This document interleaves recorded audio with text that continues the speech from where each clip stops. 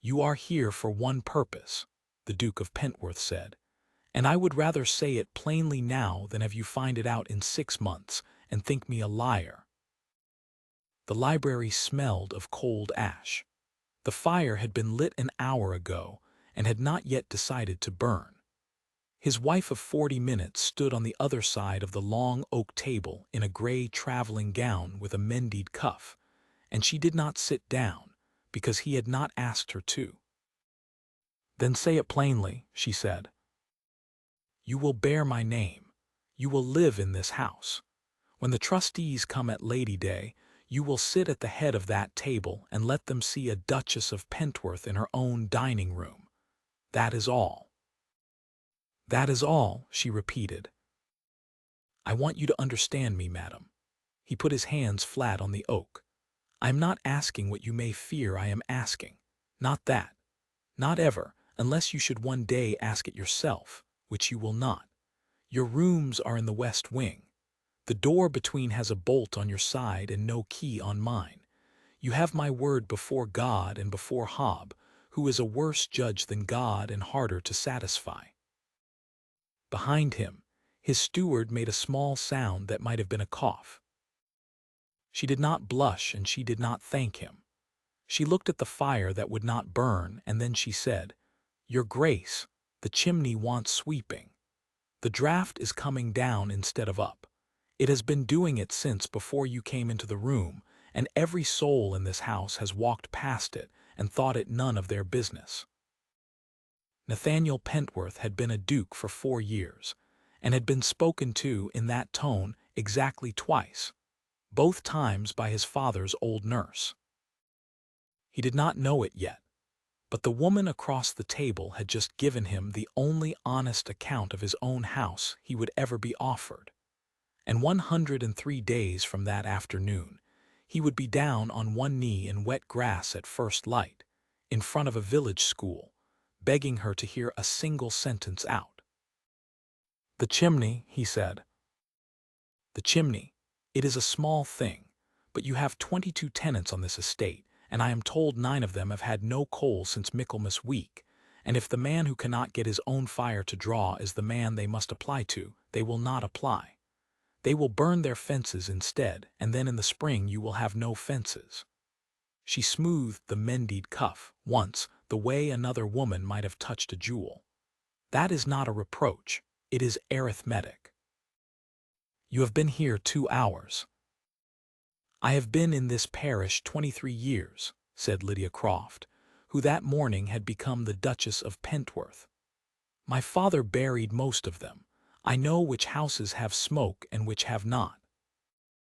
The fire caught then, badly, and lit one side of her face. She was not a beauty. He had told himself that on the road to the church, as a man tells himself the water is cold before he goes in.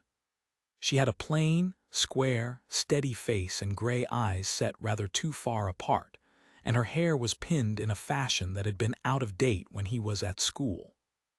He had chosen her for exactly 2 reasons.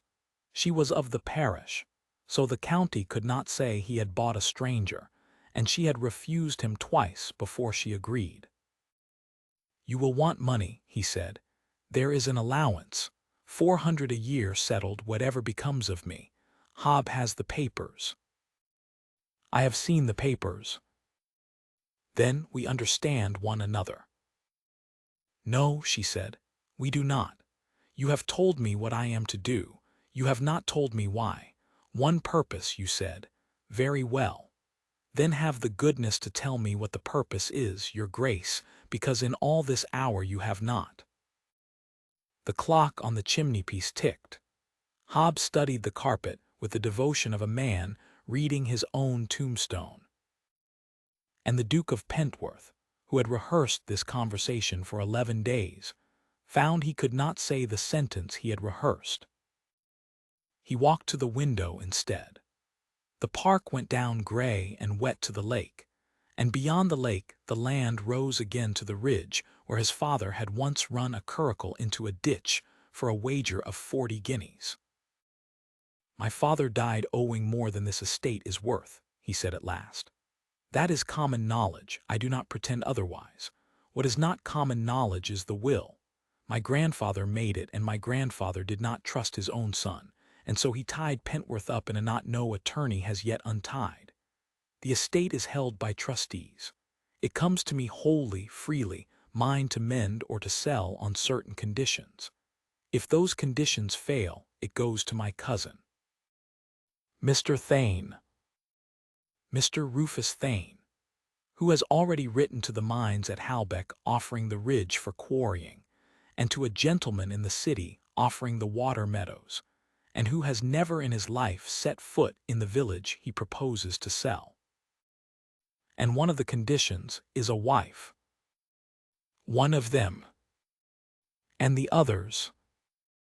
He turned around. Residence, sobriety, the audit at Lady Day in this house, with the trustees present. He heard his own voice go flat, the way it did when he was ashamed. And there is a third clause that my grandfather's attorney assures me is a formality, and which I have never read, because the muniment room has been locked since my father sold the key with everything else that was not nailed to the floor. You have never read your own grandfather's will.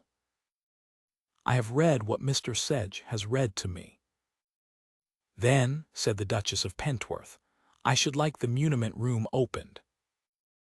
It cannot be opened, there is no key.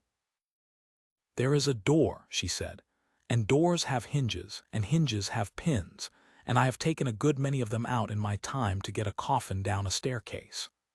Good afternoon, your grace. I am going to the kitchen. Your cook has been giving your tenants the leavings of the servants' hall as though it were charity, and it is not charity, it is short weight, and I mean to see the scales.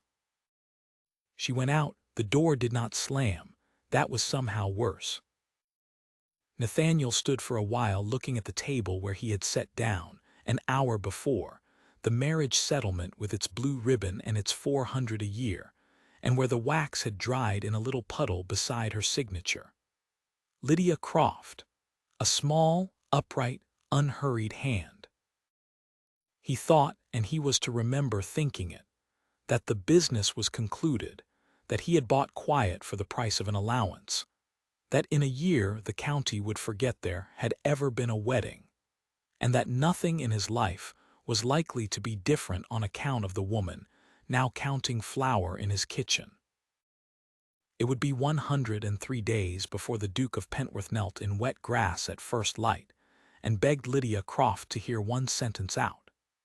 It would be longer still, nearly to Lady Day, before he learned that she had saved Pentworth in November alone, with a hinge pin and a candle, and had held the whole of his future in her closed hand for 62 days, without once opening it to show him.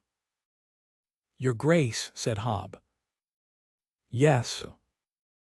The chimney does draw badly." "I know it does." "I have known it 11 years, Hob said. "Nobody ever asked me." There was a scraping in the hall. Through the half-open door the Duke saw 2 footmen carrying a scarred deal table out of the still-room passage, and his new wife walking behind them with her sleeves already turned back, saying, "By the window, if you please, where there is light to read a figure by." "No, the other window. Thank you."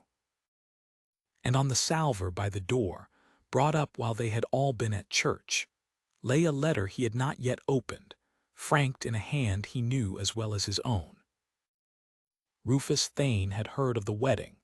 Rufus Thane had heard of it very fast. The letter was 3 lines long. "My dear cousin, I hear you have married the curate's daughter. I congratulate you on your economy. I shall come at Christmas to see how the arrangement wears. Your affectionate R. Thane." Nathaniel burned it and stood watching the paper curl, and understood that the burning changed nothing, because Rufus Thane never wrote a letter he had not already spoken aloud in 3 drawing-rooms. By the end of the first week, the house had begun to move differently, and he could not have said why. The passages smelled of vinegar and dried lavender instead of damp. The bells were answered. The great staircase had been scrubbed in the mornings before anyone was up, which meant somebody had told the maids to do it before anyone was up, which meant somebody had thought about the maids. He found her on the 9th day at the scarred deal table by the window with 4 ledgers open, and a candle burning at 11 in the morning, because the light in that corner was the color of dishwater. "You might have the small parlor," he said. "There is a proper desk. There is a proper desk in the small parlor and a proper draught with it. This does very well." She did not look up. "Your Grace, may I ask you something without being thought impertinent? You have never once waited for permission before."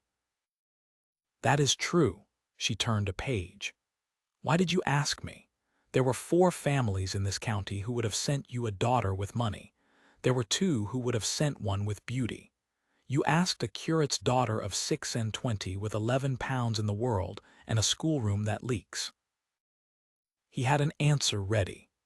It was a good answer, and it was not the true one, and he heard himself give her the true one instead, which was becoming a habit and one he did not care for.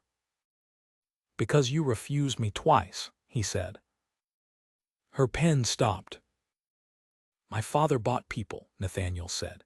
"He bought votes and he bought silence, and once, to my certain knowledge, he bought a magistrate. Every person who has ever smiled at me in this county has wanted something out of me, and I have generally given it because it is cheaper than being loved. You told me no. Twice. In your father's kitchen with the door open so that everyone should know you had not been flattered." He put his hand on the back of a chair. "I found I could trust a woman who would say no." "It is not a compliment, madam. It is a survey of the ground." "It is the only compliment I have had since my father died," said Lydia, "so I shall take it." And then, because he could not leave it there and be a decent man, "Why did you say yes the 3rd time?" She turned the ledger round so it faced him. She did not soften. She never once in all that autumn softened. "Because of these," she said. He looked. It was the school subscription book. 41 names down the left, against them, in her father's hand and then in hers, small sums entered quarterly, and a rent of £6 a year for the schoolhouse at the crossroads, and against the rent the words paid by the Pentworth living. "If Mr. Thane takes this estate," she said, "he sells the ridge to the quarry, and the water meadows to a man who has never seen them, and the living goes to whichever clergyman will lie flattest, and the school rent is the first economy anyone makes, because there is nobody in a schoolroom who can vote or sue. 41 of them, your Grace. 9 of them come 4 miles. 3 of them come in boots that belonged to their fathers. I could not leave the parish, and I could not save the parish, and then a duke stood in my father's kitchen and offered me a name that could." She closed the book. "So I did not marry you. I married Pentworth. I thought it fairer to tell you so before somebody else did." He should have been insulted. He was, briefly, and then he found he was something else that he had no name for, and that he was standing there like a boy with his hat in his hands. "You are very free with me," he said.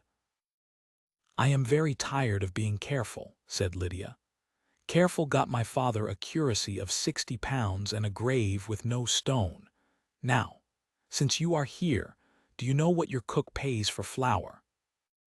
"No. Neither does your cook."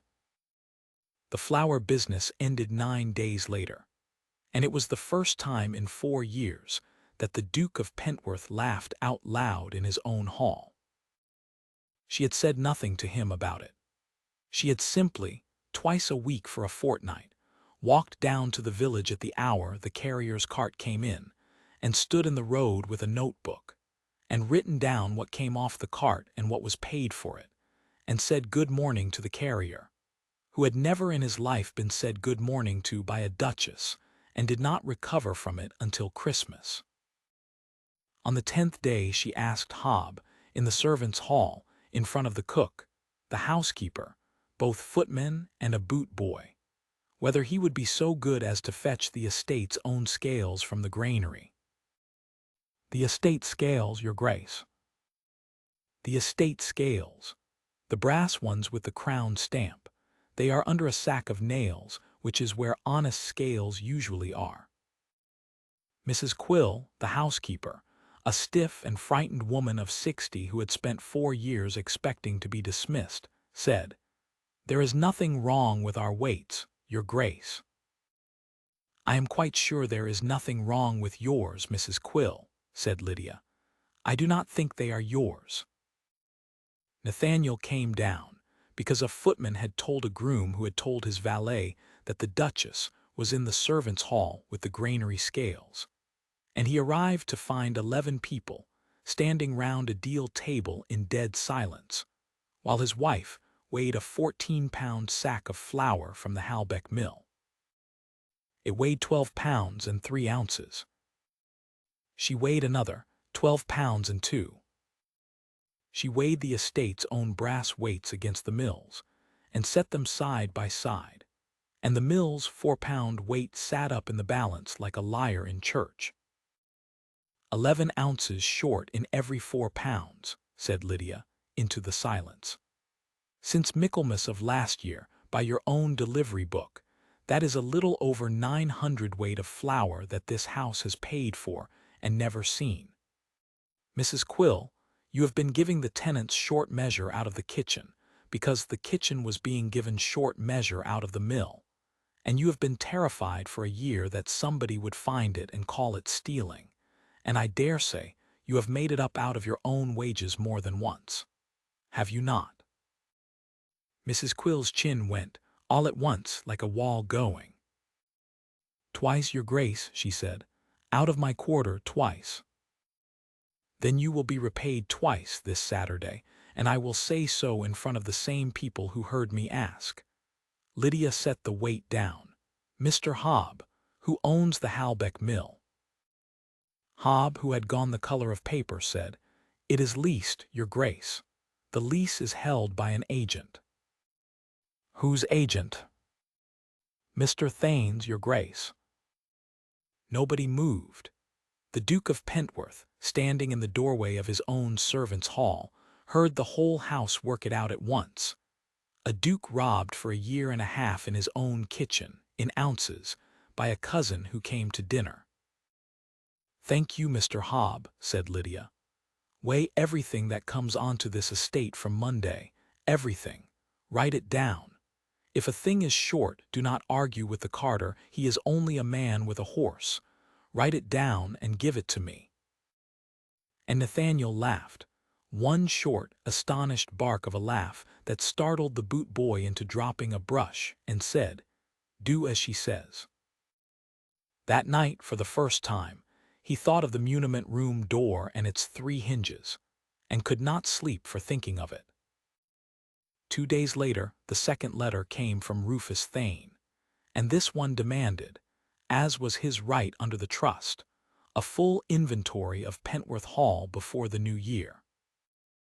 The inventory took 3 weeks, and cost him his pride in installments.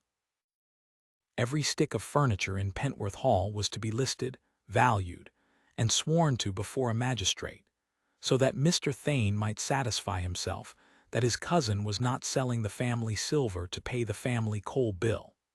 It was legal. It was insulting. It was also, Nathaniel discovered, a thing his wife could do in half the time he could, because she had spent her girlhood making lists of other people's possessions for other people's funerals. He came upon her in the long gallery on a wet afternoon in the first week of November, up a set of library steps with a candle in one hand, reading the back of a picture frame. "There is a name here," she said, without turning. "Under the dust, somebody has written a name and a date on the stretcher of this canvas. It will be the framer." "It is not the framer, it is a woman's hand." She held the candle closer, and the light went up under her chin, and he stood at the bottom of the steps with his hands behind his back like a man at a dockside. "Anne Pentworth," it says. "The 10th of June. And then, I think it is a sum, £12 and something struck out. My grandmother, said Nathaniel. She sold her own portrait to pay for the almshouse roof and had the frame filled with a copy so that nobody should know. My father found out and had her buried in the north aisle for it. Lydia came down the steps. She stood a moment looking at the picture that was not a picture. Then she is the only one of you I should have liked, she said. You may say that to me. Say it to nobody else. I say a great many things to you that I say to nobody else, Your Grace. You may have noticed that I am not much troubled by dukes. That was the beginning of it. He could mark the day afterwards, and he did, over and over, in the manner of a man going back along a road looking for the place where he dropped something. It became a habit. She worked at the deal table by the window until the candle guttered, and he found reasons to be in that room at 11 o'clock at night, and the reasons grew thinner every week until at last he stopped inventing them and simply came in and sat down at the far end with the estate maps. They did not speak of affection, they spoke of drains. The Marsh Row cottages take the water off the whole slope, she said one night. Your grandfather's man cut a ditch in '91, and your father filled it in because it spoiled the view from the bridge. 4 families sleep on wet floors so that a bridge may be looked at. Then we will cut the ditch. It will cost £51. Then it will cost £51. She looked up at that, and for a moment he was almost sure of it. Something in her face gave way half an inch, and then shut again, neat as a drawer. I shall want it in writing, she said. Not because I doubt you, because you may die, and Mr. Hobb reads writing better than he reads dukes. He wrote it out and signed it. She folded it and put it in her workbox, and he learned in that moment that his wife kept a workbox full of paper and not a stitch of sewing in it anywhere. He began to notice things he had no business noticing. That she took her tea without sugar and gave the sugar to the still room, where it went into cordial for the Marsh Row houses. That she had one good gown and wore it only to church, so that nobody in the village should be able to say she had risen above them. That she had a way of listening to a person which involved putting down whatever was in her hands entirely and waiting, and that the tenants had begun to walk 2 miles to be listened to. That the whole of Pentworth had begun to steady under her the way a boat steadies when somebody sits down in the middle of it. He did not say any of this. Once, on the stairs with the lamp behind her, he came within a word of saying something, and she said, "The chimney draws by the way," and went up, and the moment closed like water. The thaw, such as it was all on his side. She had not softened by a hair's breadth. She was courteous, exact, tireless, and entirely unavailable. And Nathaniel Pentworth, who had been pursued by better-dressed women in 3 counties, found himself lying awake trying to remember whether she had ever once in 10 weeks said his name. She had not. Then came the night he could not afterwards think of, without a coldness at the back of his neck. He woke at 2 in the morning because a door had banged somewhere below, and he went down in his dressing gown with a candle, and at the turn of the stairs he saw a light where no light had any business being. The muniment room door stood open. It had been shut since he was 19. It had no key, and it stood open now with its 3 great hinges bare and bright, the pins laid in a neat row on the flags outside like teeth on a dentist's cloth, and inside, sitting on the floor among the deed boxes with a candle at her elbow and a shawl over her nightgown, was the Duchess of Pentworth reading a parchment 2 feet long. "You are up late, madam." She did not start. She looked up, and her face in the candlelight was perfectly composed, and he thought about this a great deal afterwards, perfectly white. "I have been taking the door down since 11, she said. "The middle pin was rusted. I have got the tithe map, and the almshouse deed, and your grandmother's marriage lines, and a great deal of paper about a lawsuit over a swan. And the will. There was a pause of exactly the wrong length. The will is here, said Lydia. Read it to me. Not tonight. She rolled the parchment and set it on her knee, and her hands, he saw, were not quite steady, and she made them steady.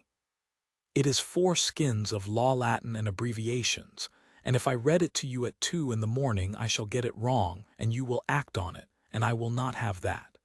Give me a week with it and a dictionary. A week. A week, and then quietly, Your Grace, will you trust me for a week? Nobody had ever asked him for trust before. They had asked him for money, for a living, for a lease, for a signature, for a word in somebody's ear, never for that. A week, he said. She never gave him the reading. Something happened in the middle of that week, the flood at Marsh Row and the fever in the Bassett house, and 11 days when nobody in Pentworth slept, and the parchment went back into its box, and he did not ask again, because he was a fool, and because he had begun to be happy, and happy men do not ask questions. That was the 20th of November. 62 days later, he would remember the pause of exactly the wrong length, and the steadied hands, and would understand what it had cost her to look at him across a candle and say nothing at all. Rufus Thane came on the 22nd of December, in a yellow chaise, with a valet, a hamper, and Mr. Sedge, the trustee's attorney, sitting opposite him, looking like a man taken hostage. "Cousin," said Rufus in the hall before he had his gloves off, "and the Duchess, my dear madam, I have longed to see you. I hear you have been weighing my flour." "I have been weighing your flour," said Lydia. "Would you care to know what it came to?" "I should be desolated." He smiled all round the hall, at the footman, at Hob, at the ceiling. "Sedge, you will want the inventory. Nathaniel, a word before dinner. It is a small matter of law, and it will take 4 minutes, and I am afraid it concerns the lady." He said the last of it pleasantly, with his hand already on the library door, and Nathaniel, following him in, saw his wife's face over his cousin's shoulder and could not read it at all. Mr. Sedge shut the door behind the 3 of them. He looked at nobody. "Your Grace," he said, "Mr. Thane has laid a paper before the trustees. He proposes to petition for a decree that the marriage is a nullity, a form, a fraud upon the trust, and he offers to withdraw it upon one condition." "Name it," said Nathaniel. Rufus warmed his hands at the fire that now drew beautifully. "The lady swears an affidavit," he said, "that there is no marriage in anything but the register, that she has her own rooms and her own bolt, and that the arrangement was made for the trust and for nothing else, which happens to be true, cousin. I have it from a footman who has it from a laundry maid, and I would sooner have my facts from a laundry maid than from a bishop." He turned round, still smiling. "She swears it, the trustees see the thing for what it is, the estate comes to me, and I settle 900 a year on her for life. 900, Nathaniel, she has 4. I am offering her twice over to tell the truth, which is more than the law generally pays for it." "Get out of my house." "I shall get out of your house on the 2nd of January, having been invited for Christmas by your own steward in your own name, and in the meantime I shall be exquisitely polite." Rufus picked up his hat. "Do not put it to her too gently, cousin. She was a curate's daughter with 11 pounds. She has been a duchess for 12 weeks. 900 a year is a great deal of schoolhouse." He went out. Mr. Sedge stayed, turning his hat brim slowly through his fingers. "Your Grace," he said, "I am the trustee's man, and I must be even-handed, and I will tell you the same thing I told him. The petition is thin, but if the lady swears to it, it is not thin at all. It is finished." She will not swear to it. Every man I have ever known who said those 4 words, said Mr. Sedge, said them about somebody who did. The bank draft came up to her sitting room on a salver on Christmas Eve, folded once, with no letter, because Rufus Thane was a man who understood that a letter can be produced in court and a draft cannot. Nathaniel knew of it within the hour, because Mrs. Quill came and told him, standing in the doorway of his study twisting her apron, saying she knew it was not her place, and she would say it anyway. He did not go up. He sat in his study from 4 in the afternoon until 8 in the evening, and did not go up, and afterwards he counted those 4 hours as the only wholly decent thing he did that winter. At 8 the house went in to the Christmas supper, which by custom at Pentworth was taken in the great hall with the tenants and the servants at the same long tables, a custom his father had abolished, and Lydia had restored by the simple method of ordering it and telling nobody. There were 90 people in the hall. There was a fire the length of a boat. There were the Marsh Row families, dry for the first winter in 11 years, and the Bassets, who had lost a grandmother to the fever and had brought her chair anyway and set it empty at the table, which nobody remarked on and everybody saw. Lydia came in last. She walked the length of the hall to where Rufus Thane sat at his ease with a glass in his hand, and she stopped, and the hall stopped with her. "Mr. Thane," she said. Her voice was not raised. It did not need to be. "You sent me a paper this afternoon and no letter, which I take to be a compliment to my understanding. Here it is." She put the folded draft on the table by his glass. "It is returned entire," she said. "I have written across the back of it, returned entire, the 24th of December, and I have signed it, and Mr. Hobb and Mrs. Quill have signed under my name as witnesses, because a paper that is only refused can be said to have been mislaid, and I do not intend that anything about me should ever be said to have been mislaid." She stepped back. "900 a year, sir, is a great deal of money. It is 11 times the school. I have thought about it very carefully for 4 hours, because a woman who says she did not think about it is either a liar or a fool. I have thought about it, and the answer is no. Now eat your supper. It is very good, and Mrs. Quill made the pastry."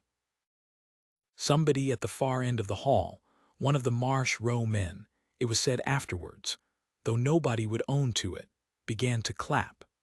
It went down the tables like a fire in stubble. 90 people stood up in the great hall of Pentworth and clapped a curate's daughter, while Rufus Thane sat still with his hand round his glass and smiled, and smiled. Nathaniel found her afterwards on the stairs, halfway up in the dark between 2 windows, with her hand on the rail. "900 a year," he said. "Do not. I only wish to say—" "I know what you wish to say, and I would rather you did not say it tonight." She was breathing as though she had run somewhere. "Your Grace, I have been afraid since 4 o'clock this afternoon. Not of him, of myself. I sat down and I worked out what 900 a year would build, and I got as far as a second schoolroom and a master's salary before I stopped, and I do not want to be thanked for stopping. A better woman would not have got as far as the salary." "A better woman," said Nathaniel, "would be no use to me whatever." She laughed. It was the first time. It was not a graceful sound, it broke in the middle. He took the ring of keys off his own belt then, the great iron ring, the cellar, the plate room, the gun room, the north door. The muniment room hinges tied on with a bit of string, because there was still no key, and he put it into her hand and closed her fingers on it. "There is nothing in this house you may not open," he said. "There never was. I was 4 years too slow in saying so." Her hand was cold. He held it a second longer than he had any right to, and she let him, and neither of them moved, and downstairs a fiddle started up in the great hall. "Nathaniel," she said. It was the first time she had used it. He was 34 years old, and he stood on his own staircase, and could not think of a single word in the English language. "Go down," she said gently. "They will want you to dance with somebody's grandmother. It ought to be Mrs. Bassett. She has had a hard year." He danced with Mrs. Bassett.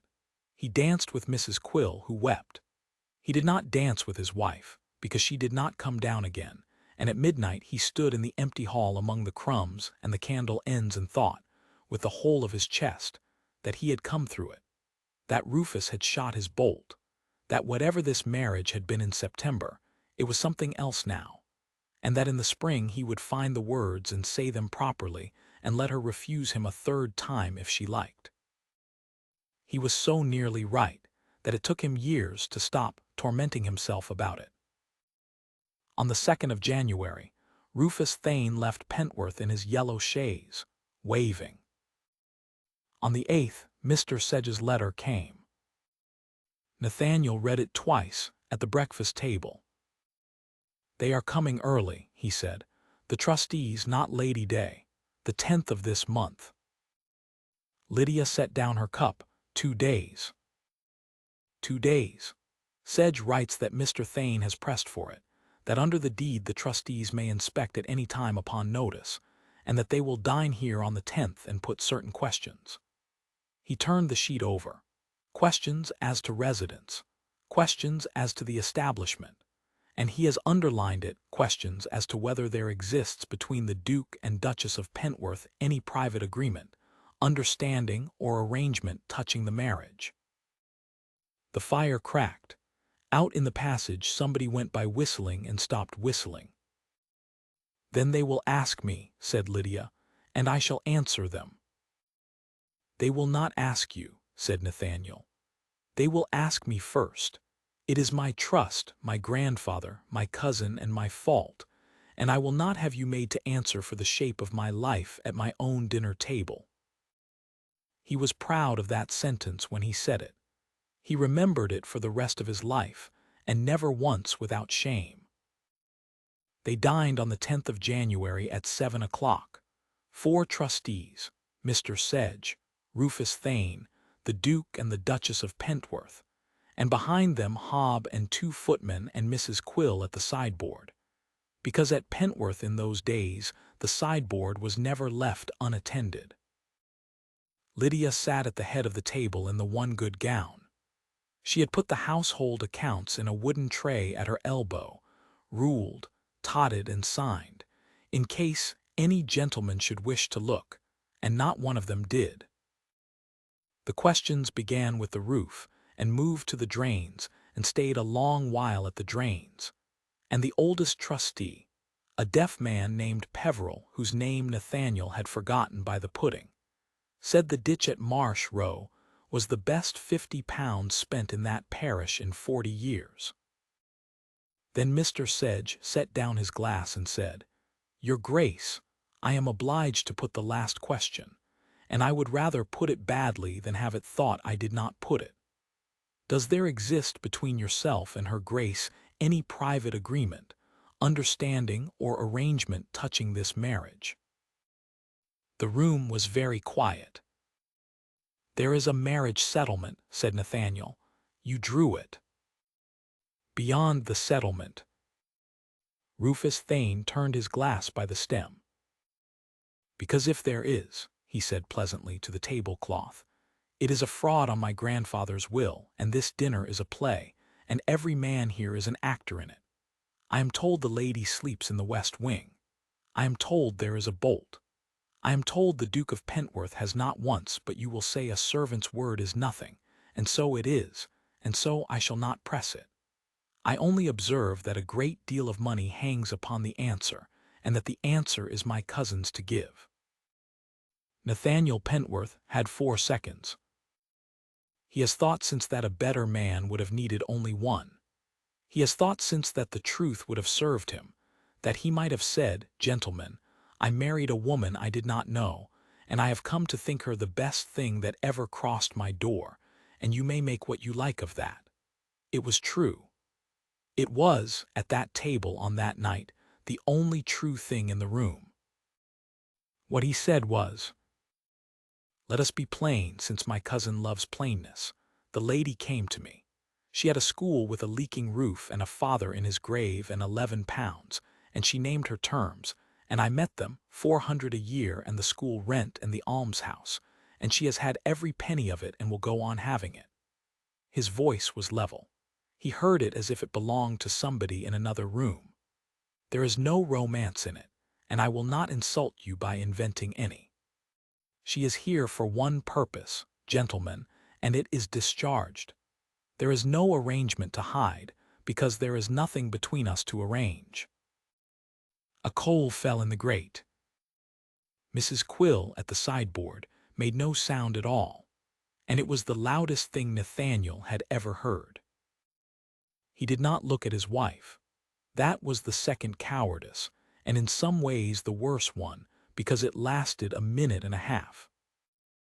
When he did look, Lydia was folding her napkin.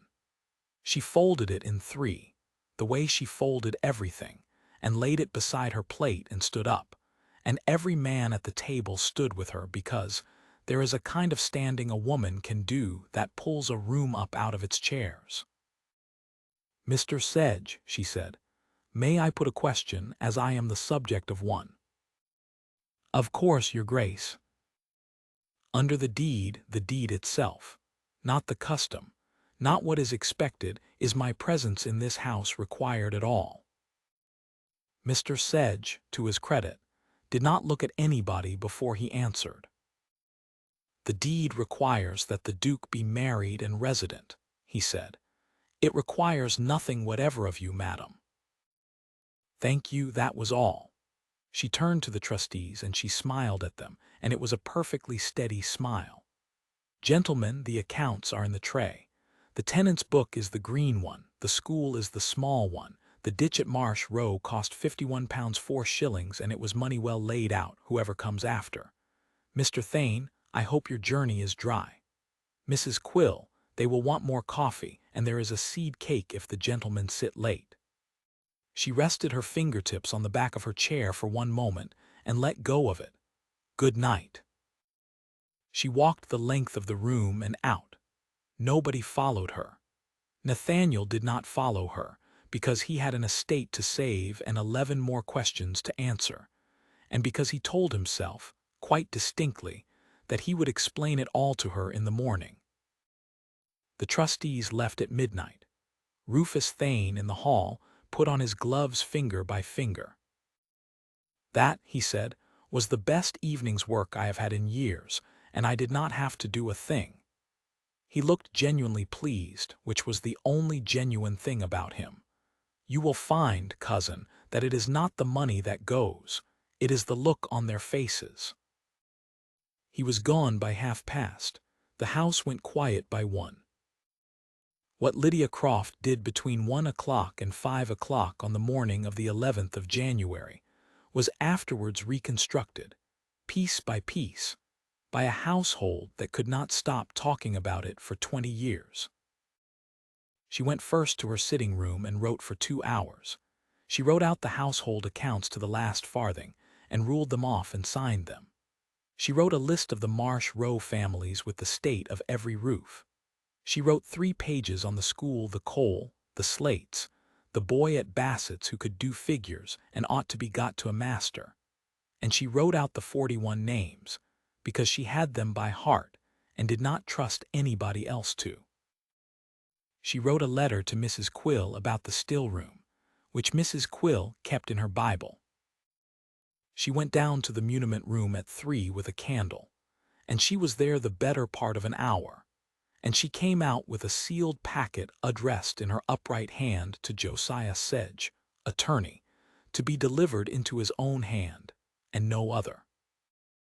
She left the great iron ring of keys on the deal table by the window, laid out in a straight line, with the string still tied round the muniment hinges. She left her wedding ring on top of the keys. She left no letter for her husband, not a word, not a line. That, said Hob afterwards, was the part that finished him. And at a little before 5 in the morning, in a frost hard enough to ring under a boot. The Duchess of Pentworth put on her gray traveling gown and her father's old cloak, and picked up one small bag, and let herself out of the north door, and walked. It is 4 miles from Pentworth Hall to the crossroads. There was no moon left, and no cart on the road at that hour, and she did not wake the stables, because waking the stables would have meant asking a groom to choose between his mistress and his master, and she would not do that to a man with a place to lose. She walked it alone in an hour and a half, and she let herself into the schoolhouse at the crossroads with the key she had never given up, and she laid the fire and lit it, and swept the hearth, and took down the shutters one by one from the inside.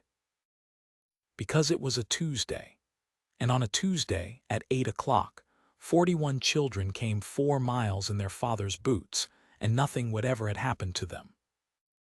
At Pentworth Hall, the sun came up on an open north door, an unslept-in bed, a ring of keys laid out in a line, and the muniment room standing wide with 3 hinge pins on the flags. "Your Grace," said Hob from the bottom of the stairs, in a voice Nathaniel had never heard him use. "Your Grace, come down now." The muniment room was cold and smelled of old leather and candle grease. She had left it as tidy as a laid table. The will lay unrolled on the deed chest with a brass weight at each corner. Beside it stood a Latin dictionary, a paper of notes in her upright hand, and a fair copy she had made of one clause, written out large, as a woman writes a thing for somebody who will be reading it in a hurry. Nathaniel read the copy standing up, in his shirt sleeves, with Hob holding the candle. It was the 3rd clause. It was not a formality. "The trustees shall convey the estate of Pentworth absolutely, and in fee to my grandson, upon the attestation in writing, under the hand of his wife the Duchess of Pentworth, and under no other hand, that he is of sober life, resident upon the estate, and fit to have the governance of it. And failing such attestation at the audit at Lady Day next following his marriage, the estate shall go over to the next heir male, absolutely, and my grandson shall take nothing." He read it 3 times. The words did not improve. "Hob," he said, "how long has she known?" Hob was a slow man, and he did not hurry now. He looked at the deed chest and the candle and the dictionary. "She took the hinges out on the 20th of November, Your Grace," he said. "I know, because I found the pins and put them back in her way so nobody else should see them." The 20th of November. 62 days. 62 days in which the Duchess of Pentworth had held the whole of the estate, the ridge, the water meadows, the living, the school, the roof over his head and the name on his gate, in her closed hand, and had come down to breakfast every one of those mornings and talked to him about drains. She had never used it, not when Rufus offered her 900 a year, not when he gave her the keys on the stairs, not on the night he stood at his own table and told 4 trustees and an attorney and his own housekeeper that she had named her price and been paid. She had asked him for one thing in the whole of that winter: "Will you trust me for a week?" "There is a packet, Your Grace," said Hob, "for Mr. Sedge into his own hand, and an inner cover not sealed marked to be read at the audit." "Give it to me." "Your Grace, I am not going to open Sedge's packet. Give me the inner cover." It was a single sheet. It was the attestation, written out in law form and signed at the foot, Lydia Pentworth, and dated the 10th of January, the 10th, the night of the dinner, in the hours between 1 o'clock and 5. And under the signature, in the same steady hand, one line that was no part of any legal form: "It is true, he is fit to have the governance of Pentworth. That is not the same thing as being kind, and the deed does not ask me about kindness." Nathaniel Pentworth put the paper down on the deed chest very carefully, as though it might break, and then he put both hands on the chest and stood there for a while with his head down. "Saddle the gray," he said. "Your Grace, it is not light. It will be by the time I am at the lodge. Saddle the gray." The frost had begun to give when he came out of the trees at the crossroads, and the ridge behind the schoolhouse was going from gray to a thin, cold gold, and every blade of grass in the strip of ground before the door was wet through with the thaw. There was smoke coming out of the schoolhouse chimney. Of course there was. He got down at the gate. The door was propped open with a stone, the way she always propped it, and inside he could see the fire going and the benches straight, and a woman in a gray gown up on a stool taking down the last shutter. And she turned when the gate creaked, and she came out onto the step and stood there with the shutter still in her hands. "You will want the ring," she said. "It is on the keys." "Lydia." "They come at 8, Your Grace. I have not swept." And the Duke of Pentworth went down on one knee in the wet grass in front of the schoolhouse at the crossroads, in his shirt-sleeves under his coat, with the light coming up behind the ridge, and he was not a graceful man doing it, and he did not care. "I am asking you to hear one sentence," he said. "One. Then I will get up and go home and never trouble you again if that is what you want, and the school rent is paid to the year 1840 whatever you decide. I signed it at 6 o'clock this morning and Hob has it. One sentence. May I?" She did not tell him to get up. He was always grateful for that. She let him pay for it. "Say it," she said. "I said last night that you had been paid." His voice went. He steadied it. "You were not paid. I was. I was paid all my life in flattery and consequence and the loan of a chair at the head of a table, and last night a man offered me my own house for the price of your name, and I paid him with it, and I did it in 1 minute and a half without looking at you. That is the sentence. There is no part of it that is my cousin's fault. It was mine." The wind moved the smoke sideways off the chimney. "That is a good sentence," said Lydia at last. "It is the best one you have ever said to me, and it is not enough, and you know it is not, or you would not have knelt down in the wet to say it." "Tell me what is enough." "You said it in a room," she said. 4 trustees, an attorney, your cousin, your steward, 2 footmen, and Mrs. Quill, who has served this family since she was 14 and who cried in the passage until 3 o'clock this morning. You will say the other thing in the same room, to the same people, standing up with the door open. Not to me, to them. I do not want to be apologized to in a lane where nobody can hear it. At the audit. At the audit, Lady Day in your own hall in front of the trustees and the tenants and whoever else can be got in. She set the shutter down against the wall. And Nathaniel, hear this part, because it matters more than the rest. I will not come back to that house in the meantime. Not for a week, not for a night. If I come back before, every soul in this parish will say the Duke fetched her and she came, and it will be a thing that was done to me. I have had a great deal done to me. I should like once to arrive. Where will you go? I shall live where I have always lived until you married me, she said. In 2 rooms over the wheelwrights, on £11 a year and what the school pays, and I shall be perfectly comfortable and slightly cold. You may not pay the wheelwright.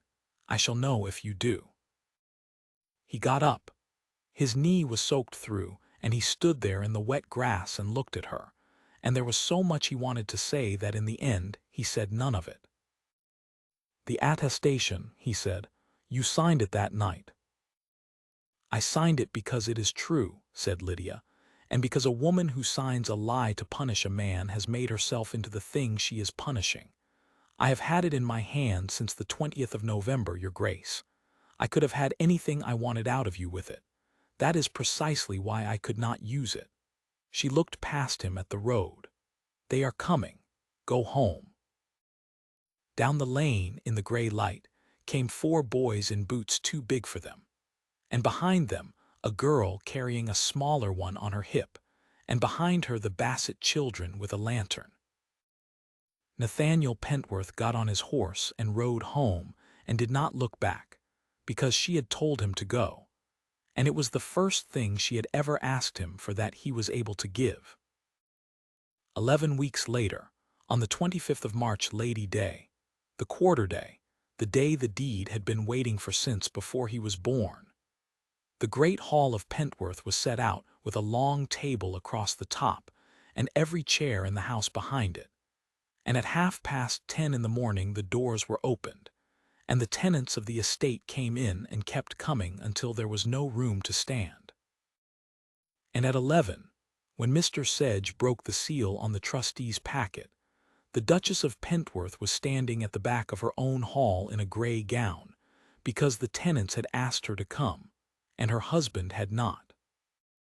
Mr. Sedge read the third clause aloud in a dry voice that carried to the back of the hall, and Nathaniel watched 200 people understand at the same moment what the curate's daughter had been carrying about the parish since November. There was a sound, not a gasp, something lower and longer, the sound a crowd makes when it turns round to look at somebody. "Before the trustees proceed," said Mr. Sedge, "the Duke has asked leave to speak." Nathaniel stood up. The doors at the end of the hall were propped wide, as she had said they must be, and the March light came in flat and cold down the length of the room. 10 weeks ago," he said, "at that table in this house, I told 4 trustees and Mr. Sedge and my cousin and my own servants that my wife had named her price and been paid it. I am going to say now, in the same room, to the same people with the door open, that it was a lie. I knew it was a lie when I said it. I said it because a man had put my estate on one side of a scale and my wife on the other, and I chose the estate, and I did it in under 2 minutes." Nobody moved. Mrs. Quill, by the sideboard, had both hands over her mouth. "These are the facts, and Mr. Sedge has the papers for every one of them. The 400 a year was not asked for. I imposed it in the settlement before she had seen the house. On the 24th of December, my cousin sent her Grace a bank draft for 900 a year for life to swear that this marriage was a fraud. She returned it entire within 4 hours, endorsed and dated in her own hand and witnessed by Mr. Hobb and Mrs. Quill, and here it is." He laid it on the table. "On the 20th of November she took 3 hinges off the muniment room door with a candle in her hand, read my grandfather's will, and learned that the whole of Pentworth turned upon her signature. She did not tell me. She did not use it. For 62 days she held everything I have, and she talked to me about drains." Somebody at the back laughed, and then was ashamed of it. "There are 2 more matters," said Nathaniel, "and then I have done. The first is the Halbeck mill. The estate's brass weights are on that table with the mills beside them. 11 ounces short in every 4 pounds, for 18 months, out of the mouths of the people in this hall, and the lease of that mill is held by an agent of my cousin's, and Mr. Sedge has the counterpart." He waited. The petition to have this marriage declared a nullity was brought by that man. "I leave the trustees to weigh it, since he has taught us all so much about weights." Mr. Sedge said, without expression, that the petition had been withdrawn by letter that morning, and that Mr. Thane had gone abroad on Tuesday. "The second matter is this. Whatever is conveyed to me today, I will not have it said that my wife's signature bought her anything, nor that anything she decides hereafter will cost her a roof or a school. So before the deed is executed, and while I still own it, Mr. Sedge." Sedge stood and read it out. The schoolhouse at the crossroads, the master's cottage, the 4 acres behind it and the almshouse land, conveyed absolutely and forever to trustees. The trustees to be named by Lydia Pentworth, her nomination final, the rent charge fixed on the Pentworth estate in perpetuity, irrevocable, executed that morning at 7. "It is done and cannot be undone," said Nathaniel. "Not by me, not by my heirs, not by any cousin of mine. Whatever she does with the rest of her life, the 41 of them have the roof." He sat down. Mr. Sedge broke the inner cover and read the attestation. And then, because it was on the paper, and he was a careful man who read what was on the paper, he read the last line as well. "It is true. He is fit to have the governance of Pentworth. That is not the same thing as being kind, and the deed does not ask me about kindness." The Marsh Row men began it, as they had begun it at Christmas. It went up the hall and over the trustees' heads, and out of the open doors into the yard, where the ones who could not get in were standing on the mounting block, and it went on a good deal longer than anybody knew what to do with. Lydia came up the middle of the hall. The crowd made a lane for her without being asked. She stopped at the table, and she did not look at the deed, and she did not look at the trustees. "That was properly done," she said to him, in front of all of them. "Thank you. I shall come home when I have found somebody to take the Tuesday class and not before, and I shall come in the carrier's cart, and nobody is to meet it." She came home on a Thursday in the 3rd week of April, in the carrier's cart, with one small bag and a wooden box of school slates. And half the parish happened to have business at the lodge gates at that hour, and the Duke of Pentworth stood at the top of his own steps and did not go down to meet the cart, because he had been told not to, and because he was learning. She got down by herself. She thanked the carrier and paid him 4d. "There is a paper," she said, coming up the steps. "I have written out what I think the purposes of this marriage are. There are 11 of them. Some of them are drains. And the 11th. You may read it when you have signed the other 10. He signed all 11 that afternoon at the deal table by the window, and the 11th was in her upright hand, and said only, "That neither of us shall be spoken of by the other in any room we are not standing in." The years that followed were not dramatic, and he came to understand that this was the whole of the point. The chimney was swept twice a year. The ditch at Marsh Row was widened in the 2nd summer, and the fever did not come back. Mrs. Quill ran the still-room like a small navy, and was repaid her 2 quarters with interest, which she refused, and then accepted, and then spent on a headstone for a curate in the churchyard at Pentworth, which was the only time anyone ever saw the Duchess sit down on a wall and cry. Hob learned de Balentry bookkeeping at 58, badly, from the Bassett boy, who went to a master at Halbeck on the school's money, and came back at 19 to keep the Pentworth accounts, and kept them for 40 years. The bolt on the door between the wings was taken off its screws in the summer, by Lydia herself, with a screwdriver from the still-room, and she put it in her work-box with the papers and never said a word about it, and neither did he. He came to her door that evening and she was standing in it, and she put out her hand and he took it, and the door closed on the 2 of them, and the house went about its business. In the long gallery, the frame that had held a copy for 60 years was filled at last with a plain small portrait of Anne Pentworth, copied from a miniature at the almshouse by a painter from the county town, and under it, cut into the wood on the Duchess's instruction, the words, "She sold this to mend a roof." And on the 29th of September every year, on the anniversary, they dined alone in the library, at the long oak table, where a marriage settlement with a blue ribbon had once been set down between 2 strangers who had nothing to say to each other. "One purpose," she said the first year, lifting her glass. "Do not. I shall say it once a year for the rest of your life, your grace. It is my only luxury." "Say it then."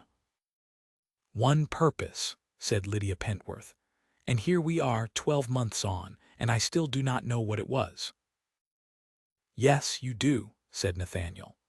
You have known since a Tuesday morning in January, when I came round the trees at the crossroads, and there was smoke coming out of your chimney, and 41 of them walking up the lane in their father's boots. So did I, that was the whole of it. That was the purpose. I only wanted a wife who would open the shutters. She reached along the table and put her hand over his, and left it there.